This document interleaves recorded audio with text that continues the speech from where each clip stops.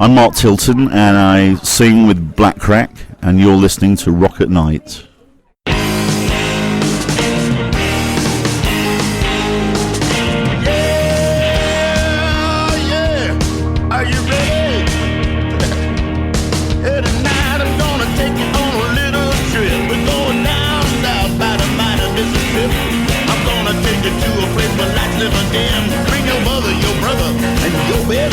I'm gonna show you where they dance out in the street.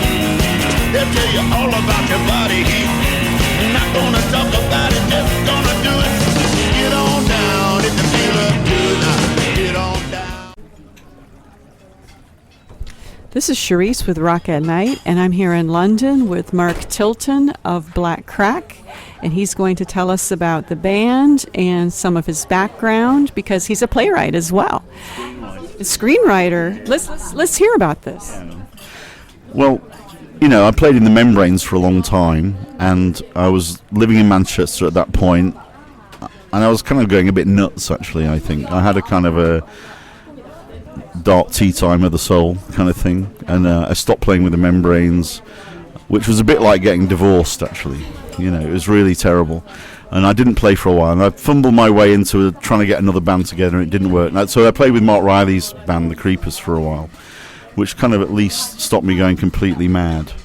And then I decided, look, I think I just need to cut out of music completely, so I just stopped playing, and I left Manchester, I came to London, I got on a film course, and I did a degree in filmmaking, and never picked up a guitar at all, Now, this was back in the 80s? Or 80s, yeah. That's sort of like 88 I came down here. Seems like a really long time ago, doesn't it? It is a really long time ago. Before most people were born around in this room.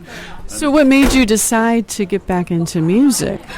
Well, it happened sort of by accident, because I always had this thing, I don't need to go back to music, I don't miss it. And then these, basically, the spine of Black Crack, the basic band, they're all mates. They were like, they met in Stroud, they were all at school together, they hung out together, and then someone had a birthday party. It was Fred, the rhythm guitarist, had a birthday party.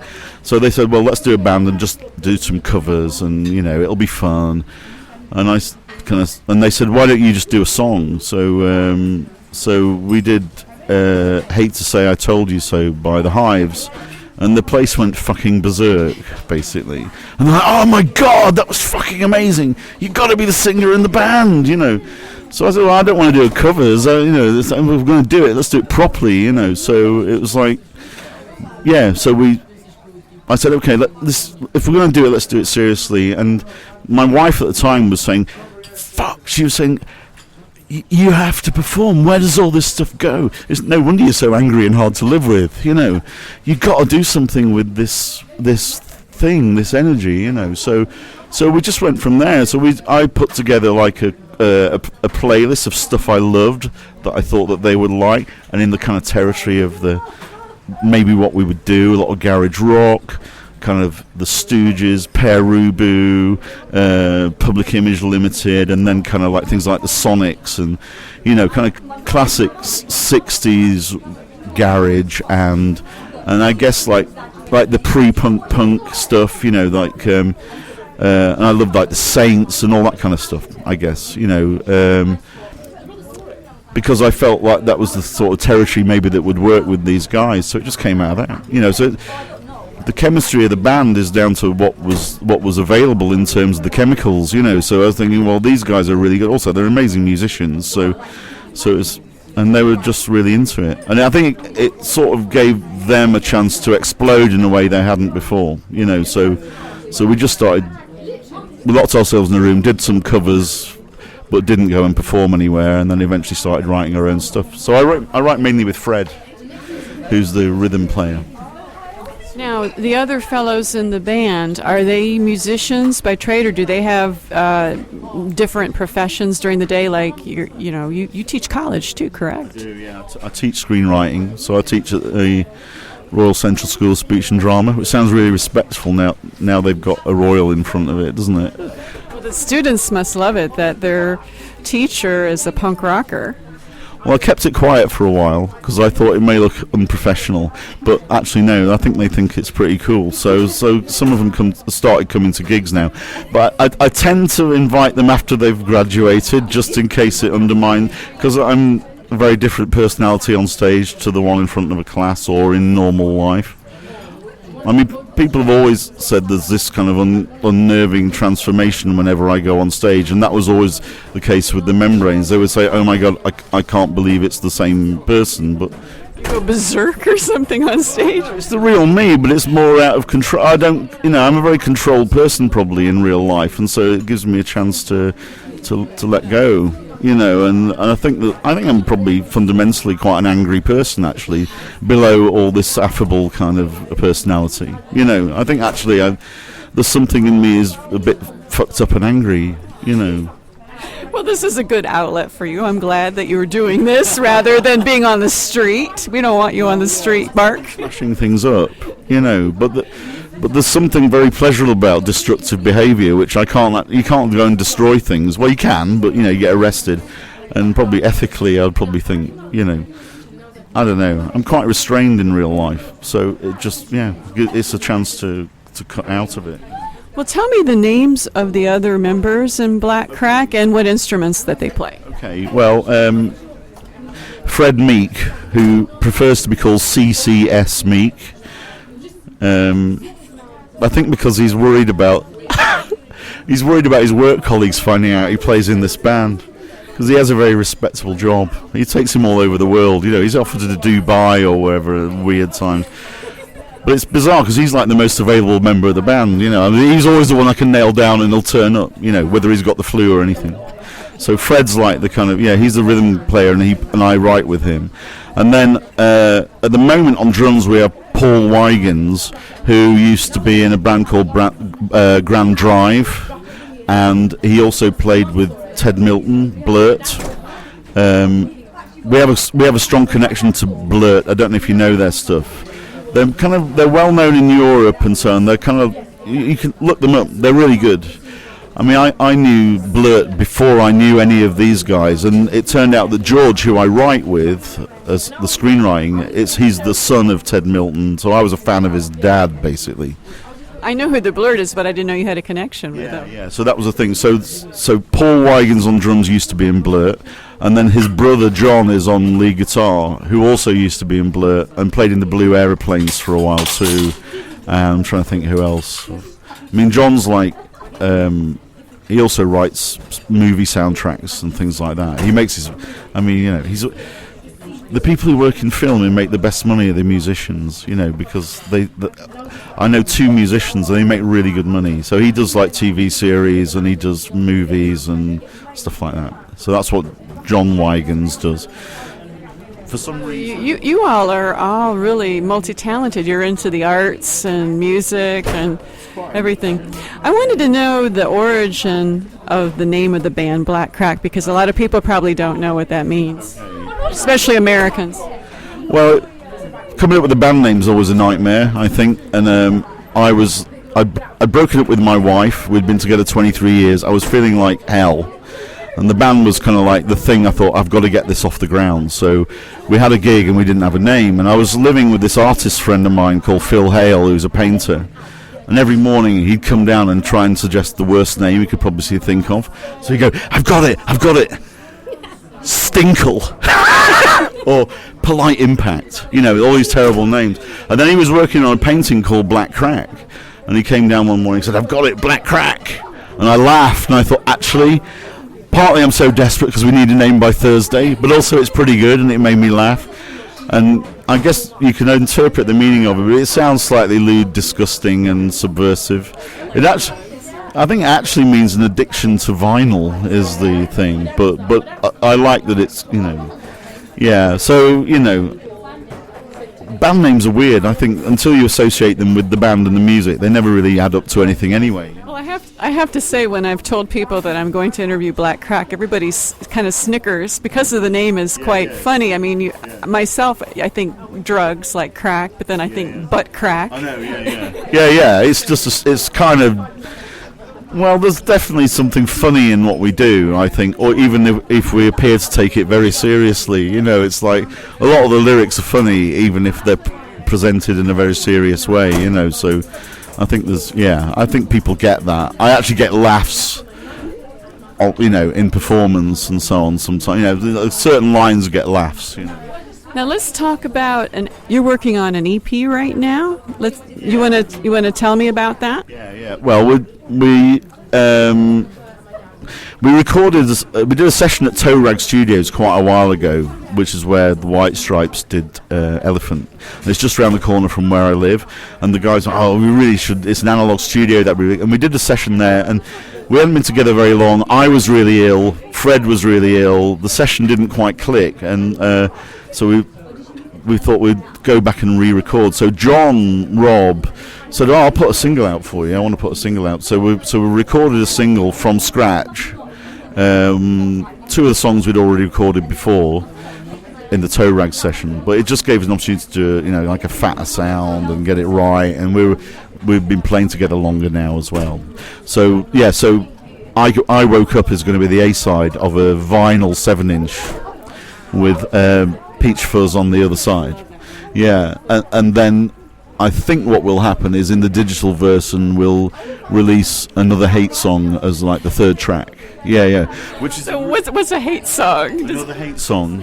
It's one of my favourite songs. I mean, in some ways I think it could have been the A-side, but the lyrics are too obscene to actually get any radio play probably. Well, tell me some of the lyrics of Another Hate Song, because that you do have a lot of humor. I mean, in the titles, and I love it. Yeah, well, I don't know. I mean, I sat down I write a lot of stuff in my bedroom on GarageBand, and I scribbled down this lyric and then put a riff down and recorded it. And I thought, this is pretty good. And it goes, inside my body there's something that moves, something that twists to a fucked up tune. Inside my head there's something I hate, something for everyone that's so full of hate. I hate people when they piss in my hat. I hit the fuckers with my cricket bat. I hate people in the daytime. I hate people at night. I hate people with their heads on tight. I hate people with their heads on loose.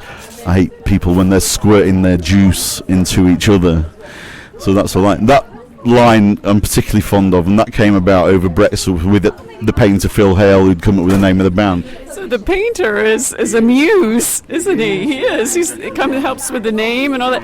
I have read those lyrics, and believe me, I snicker a lot when I read this stuff, and it's memorable, but it's something we all can relate to at the same time. Yeah, because it's not like I'm saying it's, you know, a rounded and well-balanced human being should hate everybody all the time, but sometimes you just want to kill people, don't you? You know. Sometimes you just want to kill people. Yeah. So, you know, put it in a song rather than actually doing it. You know, I don't need to be a mass murderer, I think, you know.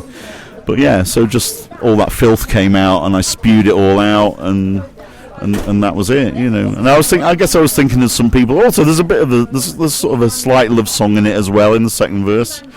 You know, yeah. I love you, baby, but your head is a mess. I love the fuzz on your consciousness. I love you, baby. That's romantic, Mark. I love you, baby, because you understand that inside of my head is no Disneyland. Yeah. So yeah. So it's twisted romance, maybe.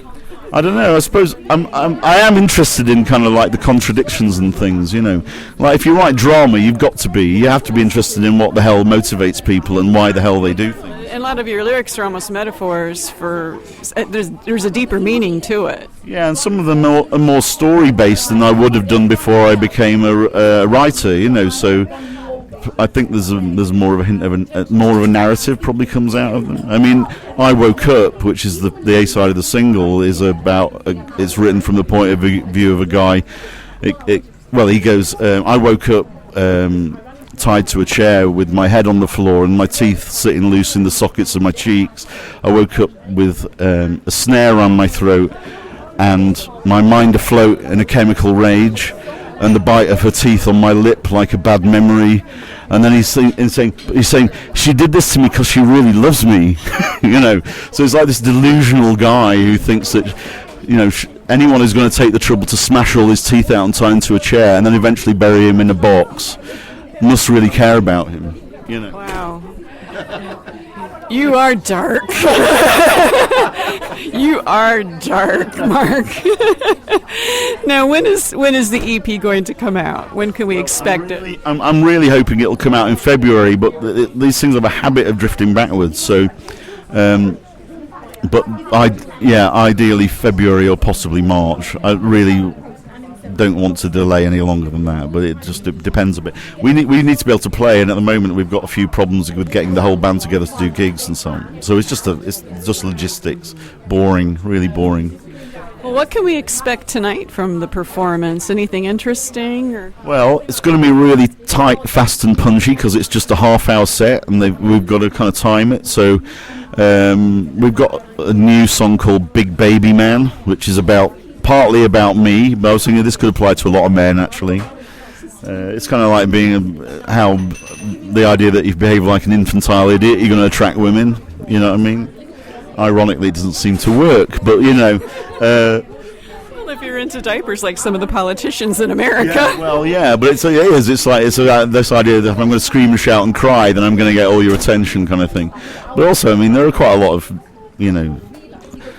I was thinking actually you could quite easily just apply this to someone like a politician like Boris Johnson. He has the same kind of infantile idiocy, which I think bizarrely someone seems to find appealing. I really can't stand it. I think he's a really silly. That's what I mean. There's deeper meanings. There's metaphors and everything. Yeah. But originally I was probably thinking I was parodying myself probably, but then I'm thinking, well, this does apply to a lot of the worst behaviour in men, really.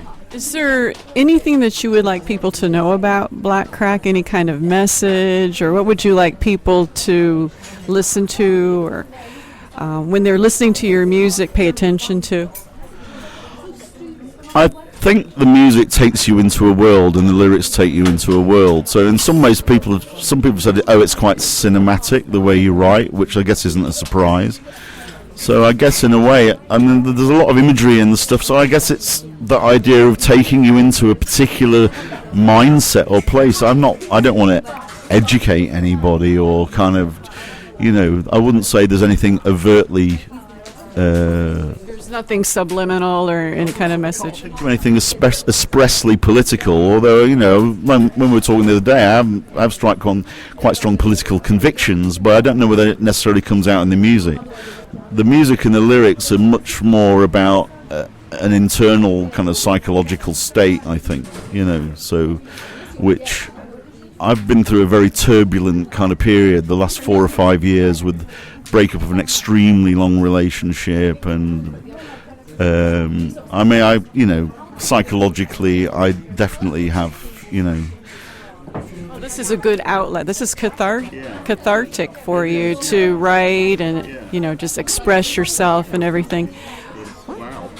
Wow, we're sitting here in London, and I'm interviewing Mark, and I'm here with Amanda Cunningham, and we have white chocolate and dark chocolate on the table.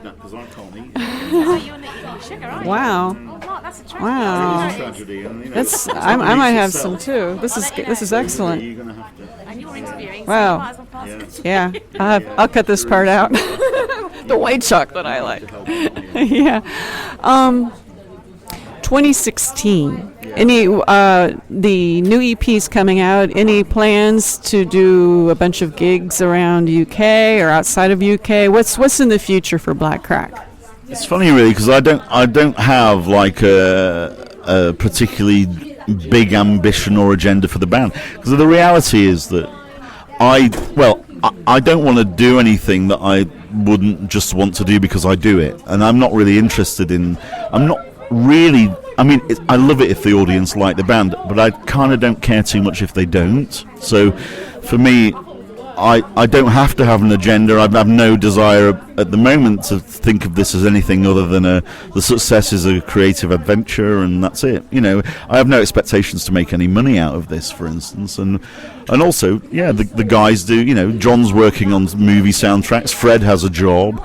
Adrian Smith-Tuft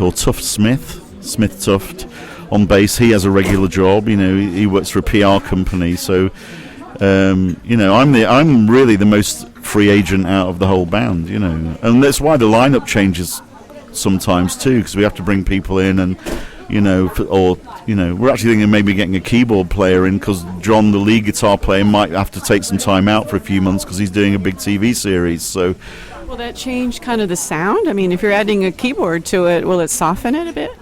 I think it's something Fred suggested today, because I've been kind of chewing over thinking, how the hell are we going to do this? Because John's got a really distinctive guitar style. He's a really great guitar player. He's a fantastic guitar player. So how you can't replace him. You'd have to get somebody different, even if you got a guitar player. And then Fred said, well, there is someone we've got in mind. Maybe I'm hoping he might be available to play keyboards, and I think that's quite exciting actually, because it just give it a different dimension, and also maybe people who've seen us before will come and see us to see what we do with it. So I think it'll be quite exciting. Yeah. Well, thank you for talking to me, Mark, and thank you for speaking to Rock at Night. You're listening to Rock at Night. Thanks for the intro melody. It's called Get On Down by Billy Bass Alford. Thanks.